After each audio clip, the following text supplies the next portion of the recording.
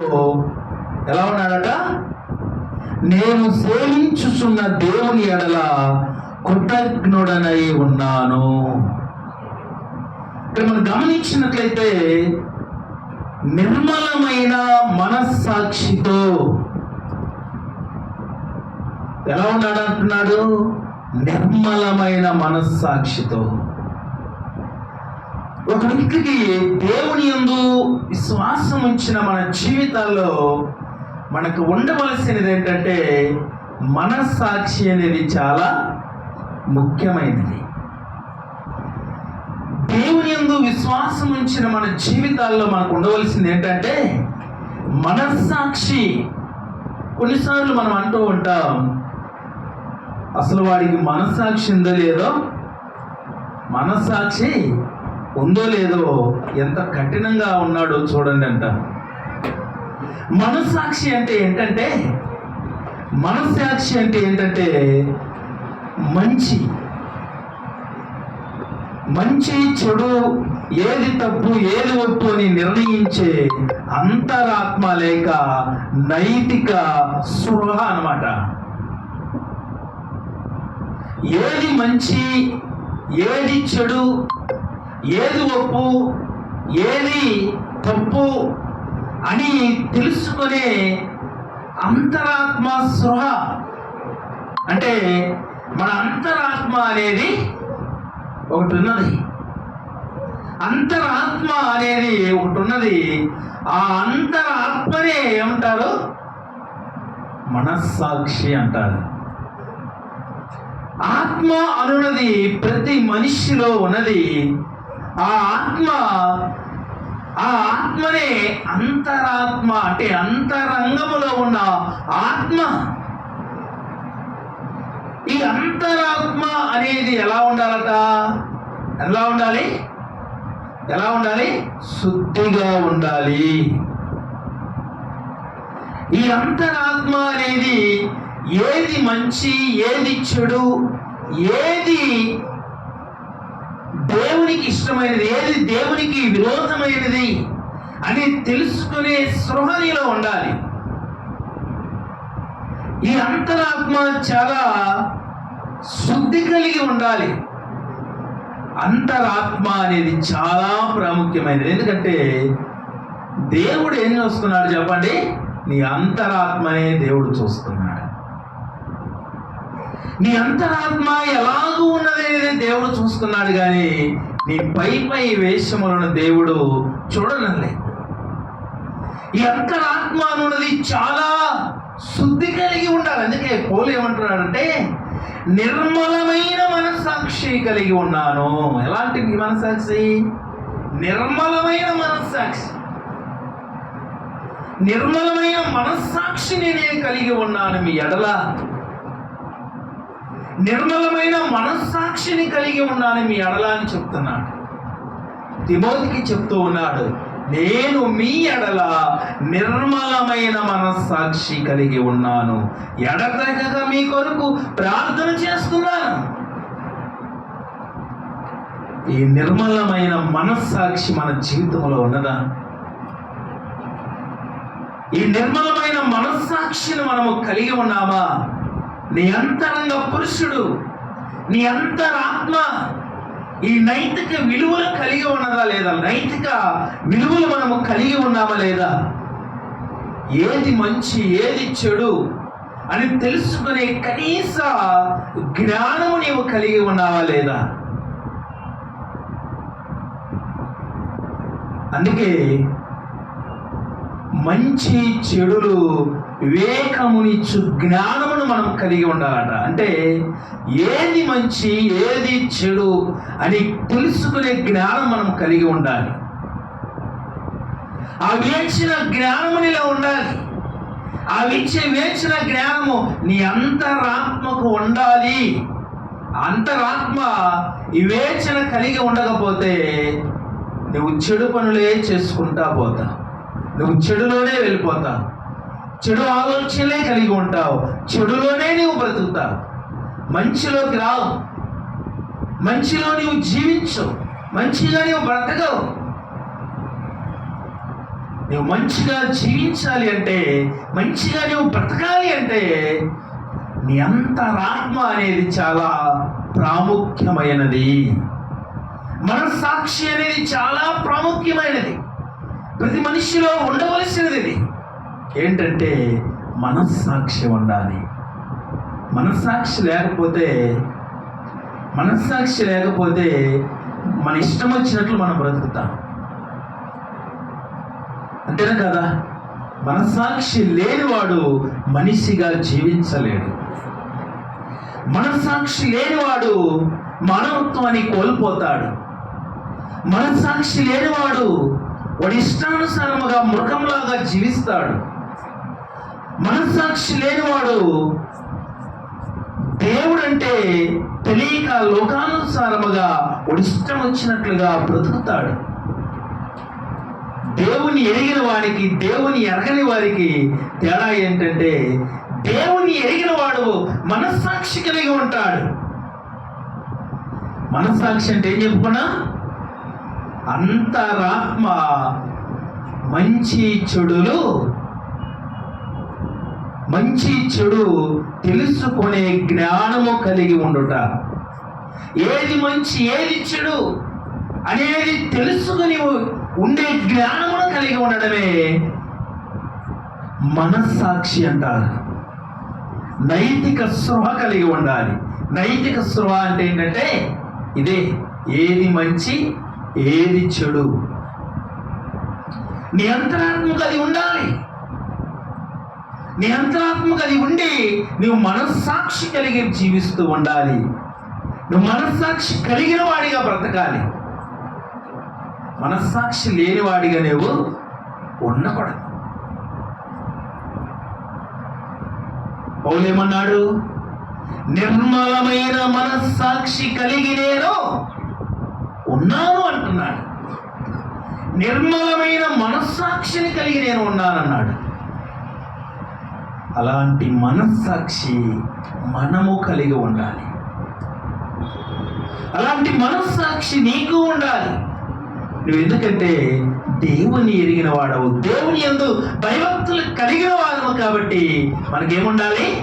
మనస్సాక్షి అనేది చాలా ప్రాముఖ్యం. నిర్మలమైన మనస్సాక్షి. నిర్మలమైన అంటే ఏంటంటే ఏది మనసులో చెడు పెట్టుకోకుండా, మంచితో ఆలోచించే నిర్మలమైన మనస్సు. అంటే మంచి మనస్సు కలిగి నిర్మలమైన మనస్సాక్షి. అటువంటి నిర్మలమైన మనస్సాక్షి మనకున్నదా? అలాంటి నిర్మలమైన మనస్సాక్షిని నీవు కలిగి ఉన్నావా లేదా? ఇలాంటి నిర్మలమైన మనస్సాక్షి నీవు కలిగి ఉండకపోతే నీ అంతరాత్మ ఏదో చెడులో ఉన్నట్లు, ఏదో చెడు నీ అంతరాత్మ కలిగి ఉన్నట్లు. కాబట్టి నిర్మలమైన మనస్సాక్షి మనము కలిగి ఉండాలి. రెండవ మాట మనం చూద్దాం. తిమోతికి రాసిన మొదటి పత్రిక 3వ అధ్యాయము 8వ వచనం. మొదటిది ఏం చెప్పుకున్నాం? నిర్మలమైన మనస్సాక్షి మనము కలిగి ఉండాలి. రెండవది చూద్దాం. అలాగుననే పరిచారకులు మాన్యులయుండి ద్విమనస్కులను మద్యపానాసక్తులను దుర్వభావమును అపేక్షించువారునై ఉండగా విశ్వాస మర్మమును పవిత్రమైన మనస్సాక్షితో గైకొని వారై ఉండాలి. ఎలా ఉండాలంట? పవిత్రమైన మనస్సాక్షి. ఎలాంటి మనస్సాక్షి? రెండవది పవిత్రమైన మనస్సాక్షి. పవిత్రముగా ఉండాలి. నీ మనస్సాక్షి ఎలా ఉండాలట? పవిత్రముగా ఉండాలి. మనస్సాక్షి అంటే ఏం చెప్పుకున్నా? అంతరాత్మ. నీ అంతరాత్మ ఎలా ఉండాలి? పవిత్రముగా ఉండాలి. పవిత్రముగా ఉండాలి. ఏమేమి ఉండకూడదు అలాగే చెప్పాడంటే, మాన్యులై ఉండి దిమనస్కులని కింద రాయబడింది చూడండి, 2 నాలుకలు గలవాడు. ఎలాంటి వాడు? ఒక్కొక్కడు ఉంటాడు, 2 నాలుకలు ఉంటాయి. అక్కడ చెప్పేది అక్కడ చెప్తాడు, ఇక్కడ చెప్పేది ఇక్కడ చెప్తాడు. అక్కడ మాట్లాడేది అక్కడ మాట్లాడతాడు, ఇక్కడ మాట్లాడతాడు. అబద్ధం ఆడతాడు, మంచిగా మాట్లాడతాడు. మనం కూడా అంటాం, రేరే 2 నాలుకలు ఉండొద్దు అంటాం. 2 నాలుకలు అంటే ఏంటి? 2 మాటలు, మాట మార్చేస్తారు. చెప్తారు, చెప్పిన దానిని మరలా ఏం చేస్తారు? మాట మార్చేస్తారు వెంటనే. ఆ మాట మీద నిలబడదు. చెప్పిన మాట మీద నిలబడకుండా ఏం చేస్తారు? మాట మార్చేసి వాడికి అనుకూలంగా మళ్ళా మలుచుకుంటాడు. దీనినే 2 నాలుకలు అంటారు. ఈ 2 నాలుకలనేవి మనకు ఉండకూడదట. ఈ 2 నాలుకలనేవి దేవుని యందు విశ్వాసం ఉంచిన వాళ్ళు ఈ 2 నాలుకలు ఉండకూడదు. ఒకటే మాట. మన ప్రభు ఏం చేస్తున్నాడు? అవునంటే అవును, కాదంటే కాదన్నట్లుగా మనం ఉండాలట. ఈ 2 నాలుకల ధోరణి నీలో ఉండకూడదు. 2 నాలుకల ధోరణి అనేది మన జీవితంలో ఉండకూడదు. ఒకటే మాట మీద ఉండాలి. అవునంటే అవును, కాదంటే కాదు. పవిత్రమైన మనస్సాక్షి కలిగిన వాడు ఇలాగే ఉంటాడు. ఈ పవిత్రమైన మనస్సాక్షి కలిగిన వాడు ఎలా ఉంటాడు? వాక్యం చెప్తుంది చూడండి. ఈ 2 అక్కడ రాయబడింది చూడండి. ద్విమనస్కులను అనగా, ద్విమనస్కులు అంటే ఏంటి? 2 నాలుకలు గలవాడును మిగుల మద్యపానాసక్తులను, అంటే మద్యపానాసక్తులు. ఎప్పుడు మద్యము తాగాలంటే మత్తులో ఉండాలనే ఆశ. ఎప్పుడు మత్తులో ఉండాలని ఆశ. ఇలాంటి మద్యపాని మద్యముతో తన శరీరం అంతా పాడు చేసుకుంటూ ఇక్కడ పవిత్రంగా ఉండాలంటే కుదరదు. ఎందుకంటే ఆయన ఏం కోరుకుంటున్నాడంటే పవిత్రమైన మనస్సాక్షి ఉండాలంటున్నాడు. ఈ పవిత్రమైన మనస్సాక్షి కలిగిన వాడిలో ఈ ద్విమనస్కు ఉండదు, అనగా 2 నాలుకల ధోరణి ఉండదు. అలాగే ఈ మద్యపానము ఉండదు, మద్యపానం మీద ఆసక్తి ఉండదు. మద్యముతో వాడు జోలికే వాడు. చాలా మందిని మనం ఈరోజు చూస్తున్నాం. దేవుని యందు భయభక్తులు కలిగి ఉన్నామని చెప్పుకునే వారే మరలా మద్యము జోలికి వెళ్ళేవారు ఉన్నారు. మరలా మత్తులో మునిగిపోయేవారు ఉన్నారు. మత్తులో తాగి మురుగుతూ ఉంటారు. అక్కడ ఉంటారు, ఇక్కడ ఉంటారు. ఎట్లా ఉంటారు? అక్కడ ఉంటారు, ఇక్కడ 2 చోట్ల ఉంటారు. అలాంటి వారు దేవునికి దూరస్తులు. ఎందుకంటే పవిత్రమైన మనస్సాక్షి కలిగి ఉండాలి. దేవుని యొద్దకు వస్తున్న మనము ఎలాంటి మనస్సాక్షి ఉండాలి? పవిత్రమైన మనస్సాక్షి ఉండాలి. ఈ మనస్సాక్షి అంతరాత్మ అనేది పవిత్రంగా ఉంచుకోవాలి.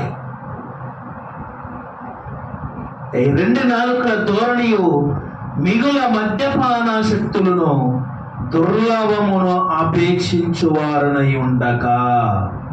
ఏమన్నా ఎలా ఉండకూడదట? దుర్లాభం అంటే ఏంటి చెప్పండి? ఇతరులది ఆశించువాడు, అన్యాయముగా సంపాదించుకునేవాడు, దుర్వ్యాపారము చేయవాడు, దుర్వ్యాపారం వల్ల సంపాదించుకునేవాడు. ఇతరుల దానిని ఎలాగూ కొంతమంది అట్లా, ఒక ఆయన అంటుండేవాడు నాతో అనేవాడు, ఎదుటోడు జేబులో ఉన్న నా జేబులో ఎట్లా వస్తాయా అని చూస్తారట కొంతమంది. ఎలా చూస్తారట? కష్టపడ్డు పని చేయడు, కష్టపడకుండా ఏం చేస్తాడు? ఎదుటోడి జేబులో ఉన్న డబ్బులు నా జేబులోకి ఎలా రావాలా అని చూస్తాడట కొంతమంది. దాన్ని ఏమంటారంటే దుర్వ్యాపారం, దుర్లాభం. జక్కయ్య, యేసుప్రభువారు జక్కయ్య ఇంటికి రాగానే జక్కయ్య యేసుప్రభువారితో తనంతట తానుగా ఒప్పుకుంటాడు. ఏమని ఒప్పుకుంటాడు చెప్పండి? అయ్యా, నేను ఎవని వద్ద అయినను అన్యాయముగా తీసుకుని ఎడల వాడికి నేను మూడంతలా నేను ఏం చేస్తాను? చెల్లిస్తానయ్యా అంటాడు.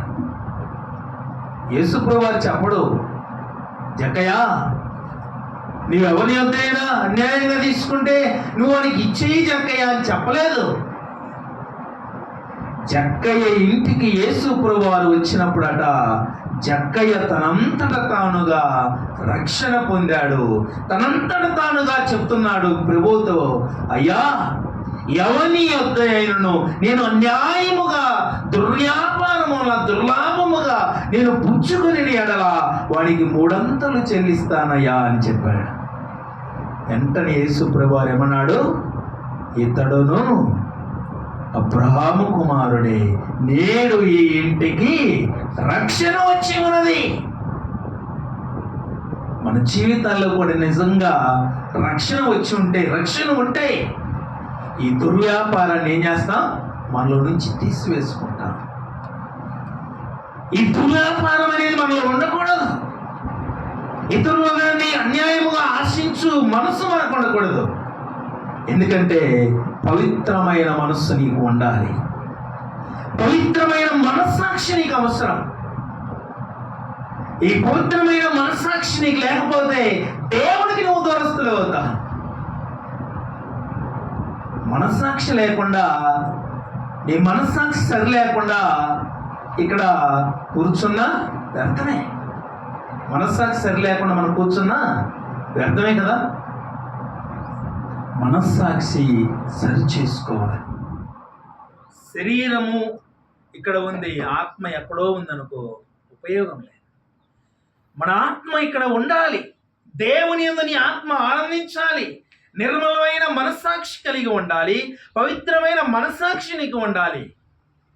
ఈ పవిత్రమైన మనస్సాక్షిలో ఉండవలసింది ఏం రాశాడు ఇక్కడ? 2 నాలుకల ధోరణి నీకు ఉండదు. అంటే 2 మాటలు మాట్లాడే నాలుక నీకు ఉండకూడదు. రెండవది మద్యపాన శక్తుడవై ఉండకూడదు. మూడవది దుర్లాభమును అపేక్షించువాడవై నీవు ఉండకూడదు. అలా ఉండక ఏమంటాడు చూడండి, విశ్వాస మర్మమును పవిత్రమైన మనస్సాక్షితో గైకొని వారై ఉండాలి. ఎలా ఉండాలట? విశ్వాస మర్మమును పవిత్రమైన మనస్సాక్షితో గైకొని వారై ఉండాలి. పవిత్రమైన మనస్సు మనకు ఉండాలి. పవిత్రమైన మనస్సాక్షి నీకు ఉండాలి. ఈ మనస్సాక్షి అనేది చాలా ప్రాముఖ్యమైనది. ఈ మనస్సాక్షి అనేది ఎలా ఉండాలో దేవుని మాటలు మనతో హెచ్చరిస్తున్నాయి. మొట్టమొదటిది ఏంటి? నిర్మలమైన మనస్సాక్షి ఉండాలి. రెండవది పవిత్రమైన మనస్సాక్షి ఉండాలి. మనస్సాక్షి లేనోడా అని మనం అనిపించుకోవాలి. మనస్సాక్షి ఎలా ఉండాలి? దేవుణ్ణి ఎరిగిన నీ మనస్సాక్షి నిర్మలమైనదై ఉండాలి, పవిత్రమైనదై ఉండాలి. పవిత్రమైన మనస్సాక్షి ఎలా ఉంటుంది చెప్పుకున్నా? 2 నాలుకల ధోరణి ఉండకూడదు, మద్యపాన శక్తుడివై ఉండకూడదు, దుర్వ్యాపారము ఉండకూడదు.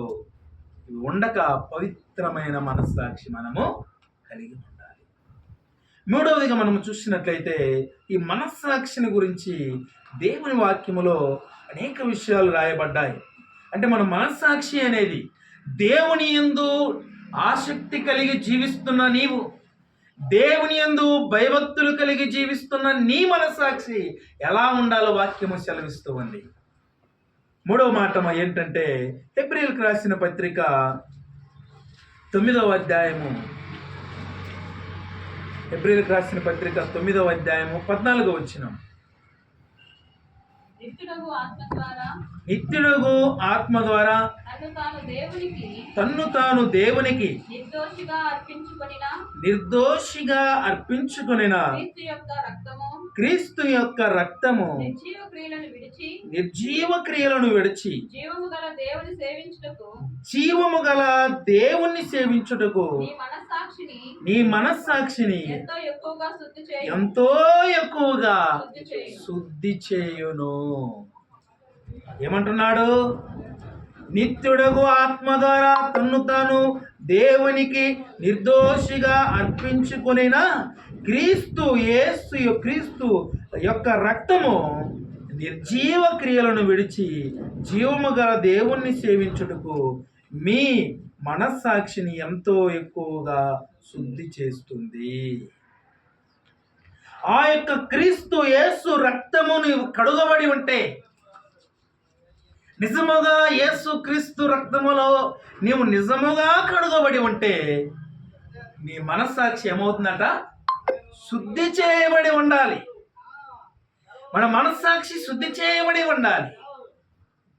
మన మనస్సాక్షి అనున్నది శుద్ధి లేకపోతే, నీ అంతరాత్మ అనేది శుద్ధి లేకపోతే నీవు దేవుణ్ణి నమ్ముకున్నావు అంటే అది అబద్ధికుడవు అని వాక్యం రాయబడేవాడు.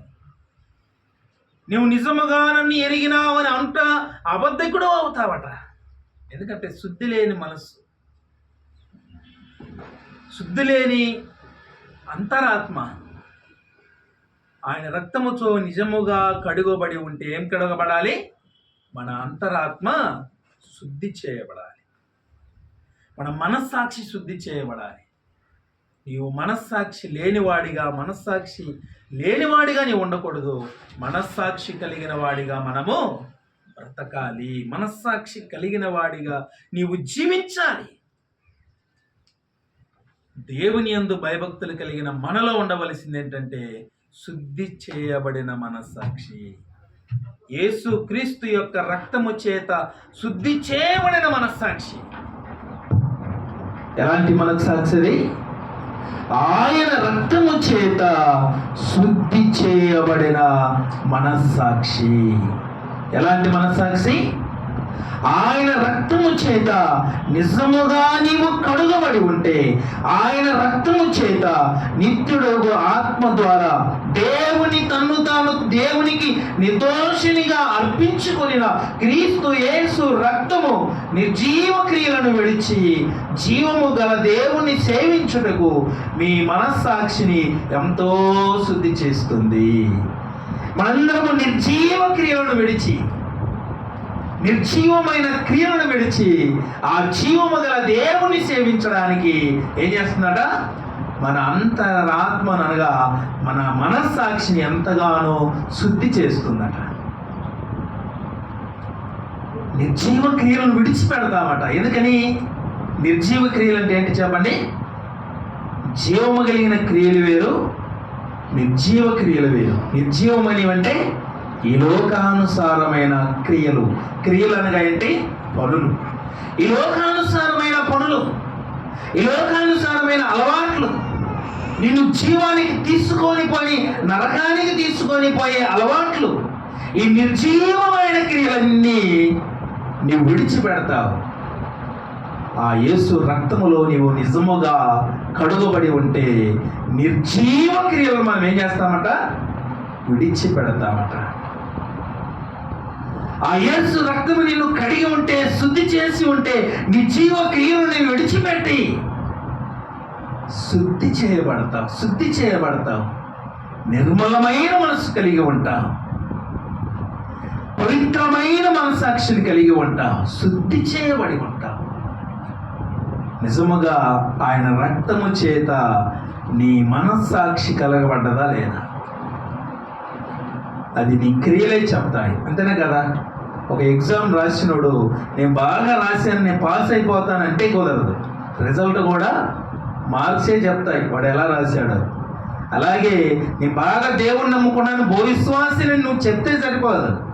నీ క్రియలే చెప్తుంటాయి. జనాలే చెప్పుకుంటారు పలానా ఆమె ఎంత విశ్వాసం ఉంటుందో, ఎంత దేవుని యందు భయభక్తులు కలిగి ఉంటుందో, ఆమె మాటలైనా, ఆ మాట్లాడే విధానమైనా, ఆమె చేసే పనులైనా ఎంత దేవునికి మహిమకరముగా ఉంటుందో అని ఇతరులు చెప్పుకోవాలి.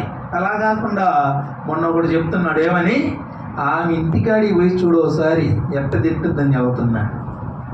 బాబాయ్, ఆమె ఇంటికాడికి పోయి చూడు అసలు ఆమె నోటితో ఎలా తిట్టుద్దని మనం ఏడ చూసాం.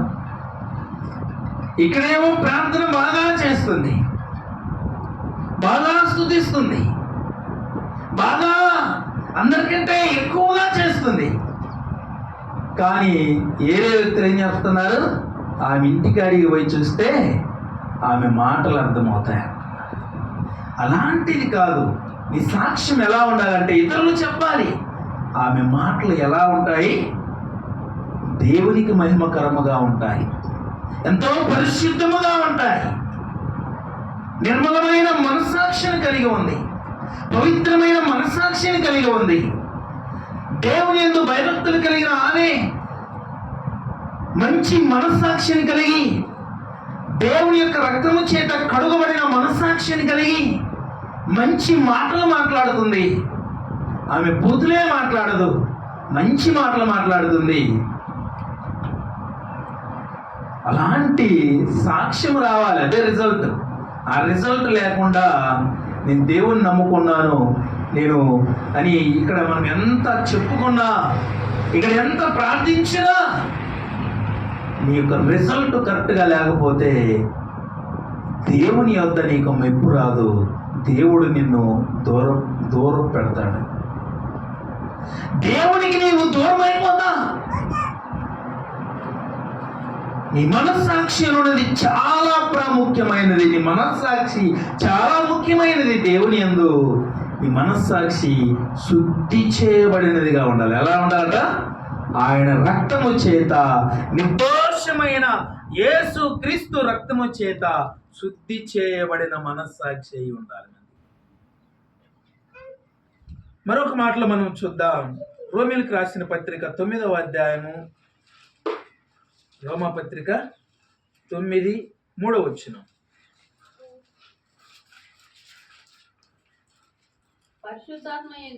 పరిశుద్ధాత్మయందు నా మనస్సాక్షి నాతో కూడా సాక్ష్యమిచ్చుచున్నది.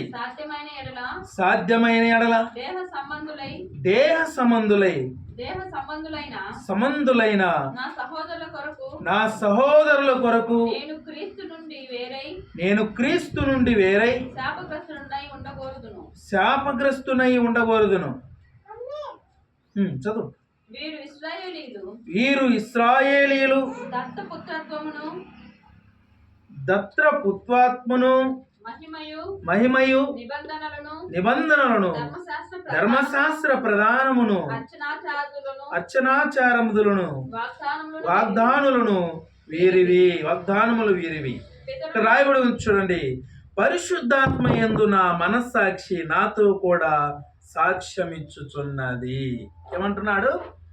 పరిశుద్ధాత్మ ఏం చేస్తుందట?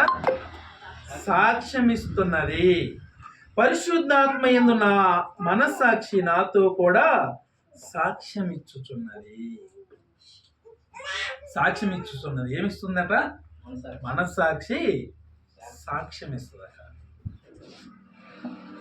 నీ మనస్సాక్షి శుద్ధి లేకపోతే, నీ మనస్సాక్షి నిర్మలమైనది, పవిత్రమైనది, శుద్ధి చేయబడినది కాకపోతే ఎలాంటి సాక్ష్యం వస్తుందో చూడండి. నీ మనస్సాక్షి శుద్ధి చేయబడినదైతే, పవిత్రమైనదైతే, నీ మనస్సాక్షి నిర్మలమైనదైతే మంచి సాక్ష్యం వస్తుంది. మన మనస్సాక్షి సాక్ష్యమిస్తుంది. పరిశుద్ధాత్మ యందలి నా మనస్సాక్షి నాతో కూడా సాక్ష్యమిస్తున్నది. మరి మన మనస్సాక్షి అనేది ఎలా ఉన్నది? మన మనస్సాక్షి అనగా మన అంతరాత్మ అని ఉన్నది ఎలా ఉన్నది? శుద్ధి చేయబడి ఉన్నదా? లేక లోకానుసారమైనవన్నీ అంతరాత్మతో నింపుకొని ఉన్నామా? ఒక మనిషి పైకి కనపడడు, లోపల ఏమేమి దాచుకొని ఉన్నామో పైకి కనపడవచ్చు, కానీ దేవునికి కనపడుతుంటాయి, మనుషులకు కనపడవచ్చు. దావీదును అభిషేకిస్తున్నప్పుడు, సమూయేలు అభిషేకించడానికి వెళ్ళినప్పుడు కూడా దేవుడు సమూయేలుతో ఏమన్నాడు చెప్పండి? సమూయేలు, నేను పై పై వేషాలు చూసేవాడని కాదు, పై పై రూపాన్ని చూసేవాడిని కాదు. నువ్వు పెద్దోళ్ళందరినీ తీసుకొచ్చి ఈయనైనా అని లావుగా ఎత్తుగా హుందాగా ఉన్నారని వాళ్ళందరినీ తీసుకొస్తున్నావు, కానీ నేను పై పై వేషాలు పై పై రూపాలు చూసేవాడని కాదు, హృదయాంతరంగములను పరిశీలించువాడను. దావీదు అన్నదమ్ములందరినీ, పెద్దవారందరినీ తీసుకొని వచ్చారు.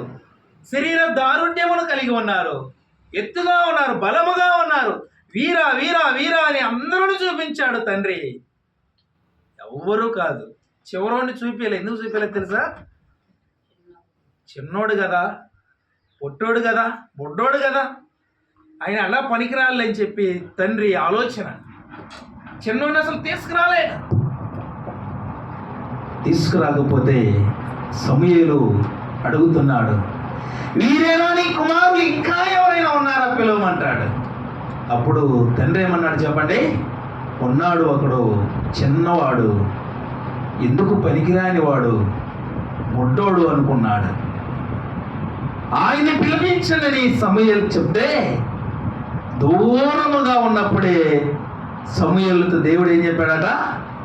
ఇతడే నేను ఎన్నుకున్నవాడు. చిన్నవాడని అనుకుంటున్నా, బుడ్డగా ఉన్నాడు అనుకుంటున్నా.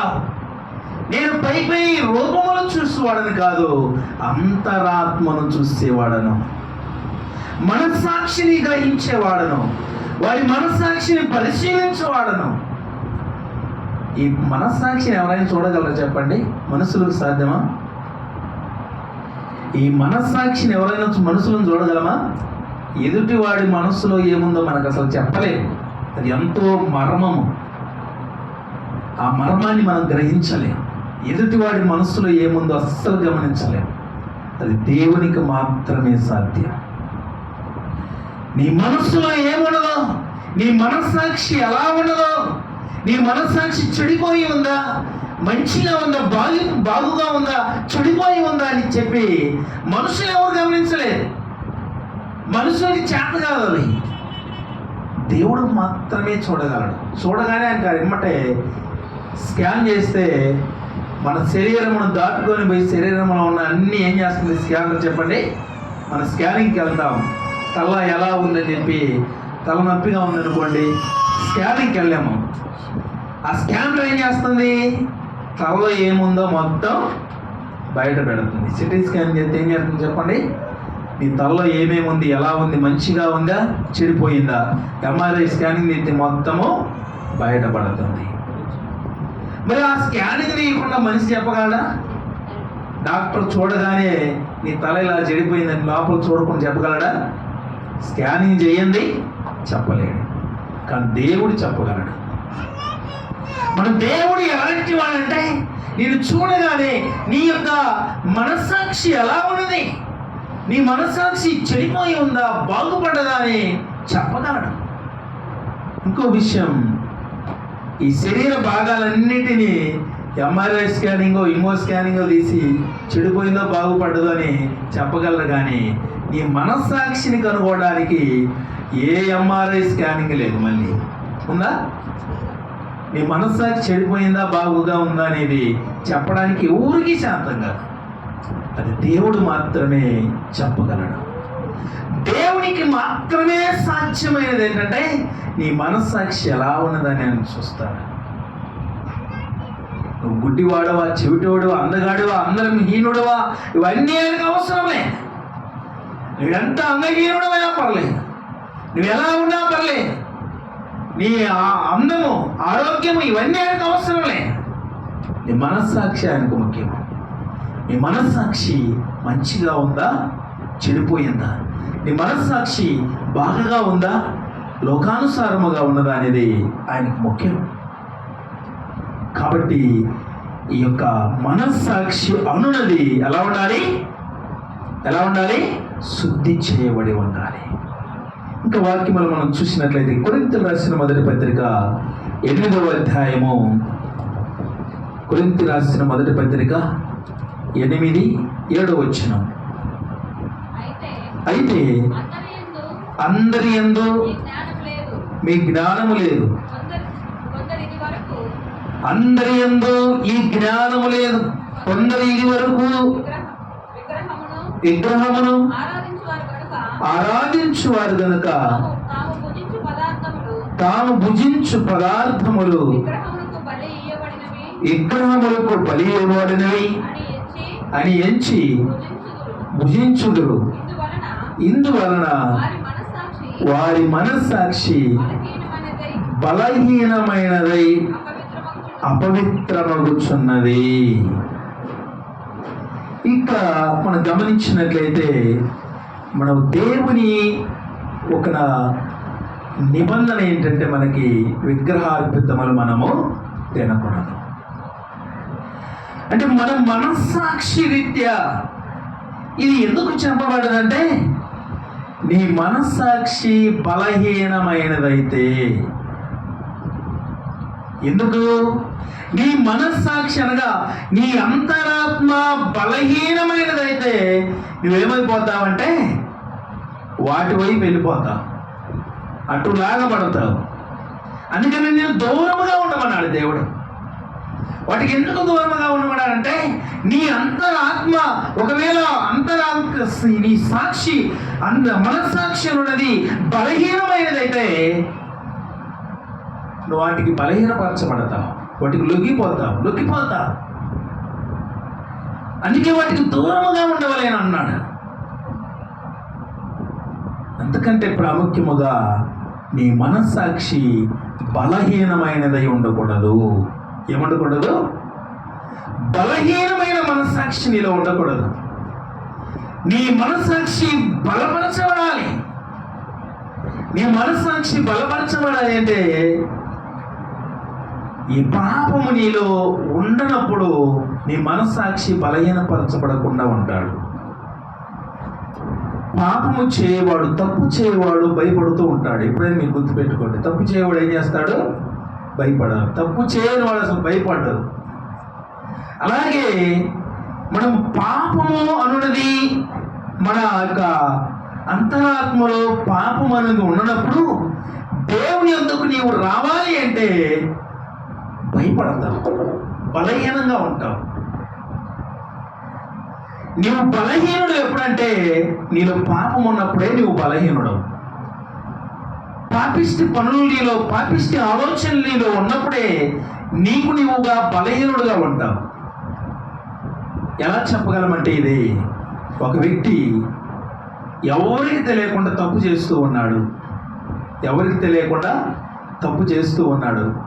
తప్పు చేస్తున్నాడు అనుకో, ధైర్యంగా ఒక్కోసారి దేవుని యొద్దకి, దేవుని సన్నిధిలోనికి పులిపీఠం మీద కూడా రాలేడు. ఎందుకు రాలేడు చెప్పండి? వాడే ఏం చేస్తాడు? లోపల నాకేమన్నా అవుతుందేమని భయపడతాడు. ఎందుకంటే బలహీనముగా ఉండటం వలన, అంటే తాను పాపము చేశాడని తాను తెలుసు కాబట్టి, తప్పు చేస్తున్నాడని తన అంతరాత్మకు తెలుసు కాబట్టి అప్పుడు అతను భయపడి దూరంగా ఉంటాడు. బలహీనత నీలో ఉందంటే అర్థం ఏంటంటే బలము లేదని అర్థం. ఇప్పుడు ఏదైనా ఒక బరువు మనం ఎత్తలేకపోతున్నామంటే ఏమని అర్థం? మనకు బలము లేదని అర్థం, బలహీనతగా ఉన్నామని అర్థం. అలాగే ఈ బలహీనత అనేది మనలో ఉంటే, బలహీనమైన మనస్సాక్షి ఉందంటే అర్థం ఏంటంటే నీలో పాపం ఉందని అర్థం. నీ మనస్సాక్షి ఏదో విషయంలో చెడిపోయిందని అర్థం. ఏదో విషయంలో చెడిపోతే నువ్వు దేవునికి ఏం చేస్తావు? దూరంగా ఉంటావు. ఈ బలహీనమైన మనస్సాక్షి నీకు ఉండకూడదు. దేవుని యందు జీవిస్తున్న నీ మనస్సాక్షి బలము కలిగి ఉండాలి, బలము కలిగినదై ఉండాలి, బలముతో నిండుకునేదై ఉండాలి, బలము కలిగినదై ఉండాలి. కానీ బలహీనపరచబడే మనస్సాక్షి నీలో ఉండకూడదు.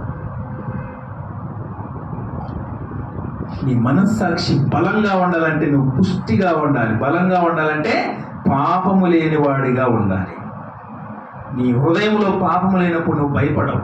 ధైర్యంగా దేవుని సన్నిధిలో కూర్చుంటావు, ధైర్యంగా పాట పాడతావు, ధైర్యంగా అన్నీ చేస్తావు దేవుని సన్నిధిలో. ఎందుకంటే నీవు బలముగా ఉన్నావు.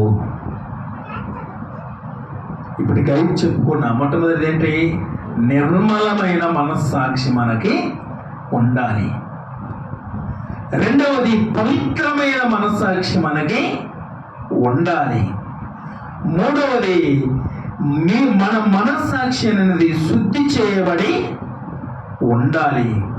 అలాగే పౌలు చెప్పినట్లుగా మీ అందరి ఎడల నా హృదయాన్ని పవిత్రపరుచుకొని, పౌలు ఎలాగూ చెప్పాడో అలాంటి పౌలు చెప్పిన ఆ పౌలు వంటి మనస్సాక్షిని కూడా మనం కలిగి ఉండాలి. ఐదవది బలహీనమైన మనస్సాక్షి మనము కలిగి ఉండకూడదు. బలమైన మనస్సాక్షిని మనము కలిగి ఉండాలి. ఈ ఐదుట్లో మనము ఏ విషయంలోనైనా, ఈ మనస్సాక్షి విషయంలో ఏ విషయంలోనైనా చెడిపోయి ఉంటే, మన మనస్సాక్షి బలహీనపరచబడి ఉంటేనే మనము దేవునికి దూరస్తులం అవుతాం. ఈ మనస్సాక్షి అనున్నది ఎలా ఉండాలి? మనస్సాక్షి ఎలా ఉండాలి? శుద్ధి చేయబడినదిగా, నిర్మలమైనదిగా. ఈ 5 వాక్యానుసారముగా ఈ 5 పాయింట్లు మనలో ఏ విషయంలో మనం తప్పిపోయామో చూసుకోవాలి. మనస్సాక్షి అంటే ఏం చెప్పుకున్నా? మంచి ఏది, చెడు ఏది, తప్పు ఏది, ఒప్పు ఏది అని నిర్ణయించుకునే అంతరాత్మ, నైతిక స్పృహ. ఆ స్పృహే దేవుడు కోరుకుంటుంది. ఏది మంచి చెడు. మనుష్యునట దేవుడు ఏం చేశాడంటే స్వేచ్ఛగా వదిలేశాడు. వాడు మంచి ఏది, చెడు ఏది తెలుసుకుని బ్రతకాలని. మనం నరకానికి పోవాలన్నా పరలోకం పోవాలన్నా మన చేతుల్లోనే ఉంది. ఎందుకని? నువ్వు మంచి చేస్తే పరలోకం పోతావు, చెడు చేస్తే నరకానికి పోతావు. దేవుడు దగ్గరుండి నిన్ను చెడు చేయించడు, దగ్గరుండి నిన్ను మంచి చేయించడు. అది నీ నైతిక స్పృహకు వదిలేశాడు. నీ నైతిక స్పృహకు వదిలేశాడు. నువ్వు స్పృహ కలిగి మంచి ఏది, చెడు ఏది నువ్వు గ్రహించుకొని, నీ అంతరాత్మ శుద్ధి చేసుకొని మంచిగా నువ్వు జీవించావనుకో పరలోకం వెళ్తావు. అలా కాకుండా ఈ యొక్క నైతిక స్పృహ లేకుండా అంతరాత్మ చెడిపోయినదై పాపముతో నిండుకొనిన వాడవై నువ్వు జీవిస్తే నరకానికి వెళ్ళిపోతావు. కాబట్టి మన మనస్సాక్షి అనున్నది ఎలా ఉండాలట? శుద్ధి చేయబడినదిగా, ఆయన రక్తము చేత శుద్ధి చేయబడినదిగా, ఆయన రక్తము చేత కడుగబడినదిగా నీ మనస్సాక్షి ఉండాలి. నిజముగా నీవు ఆయన రక్తము చేత కడుగబడిన వాడు అయితే, శుద్ధి చేయబడిన వాడు అయితే అలాగుంటా.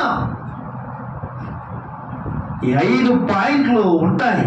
నిర్మలమైన మనస్సాక్షిని, పవిత్రమైన మనస్సాక్షిని, మన మనస్సాక్షి ఆ శుద్ధి చేయబడినదిగా, బలహీనపరచబడకుండా బలము కలిగిన మనస్సాక్షి కలిగి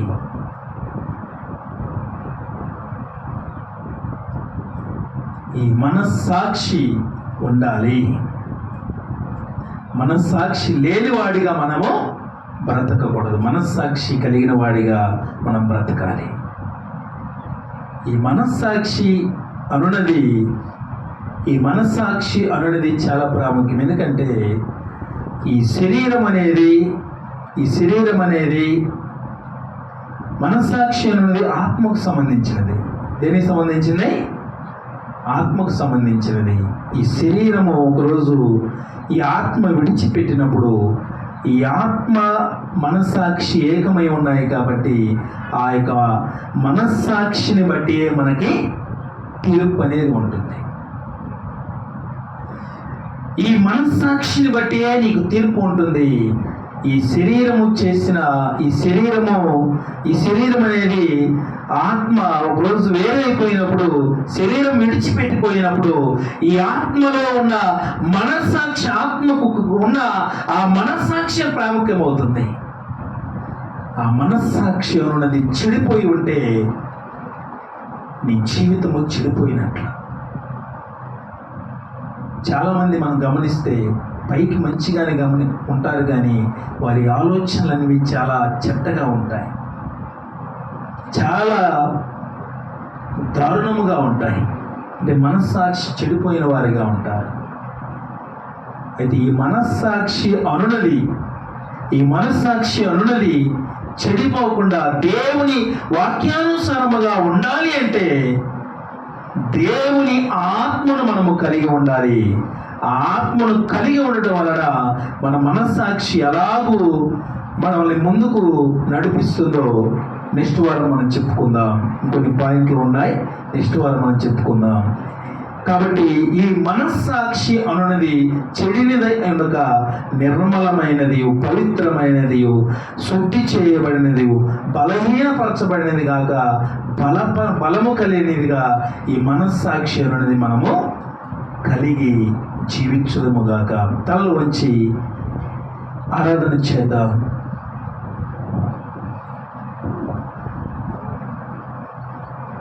ఈ యొక్క మనస్సు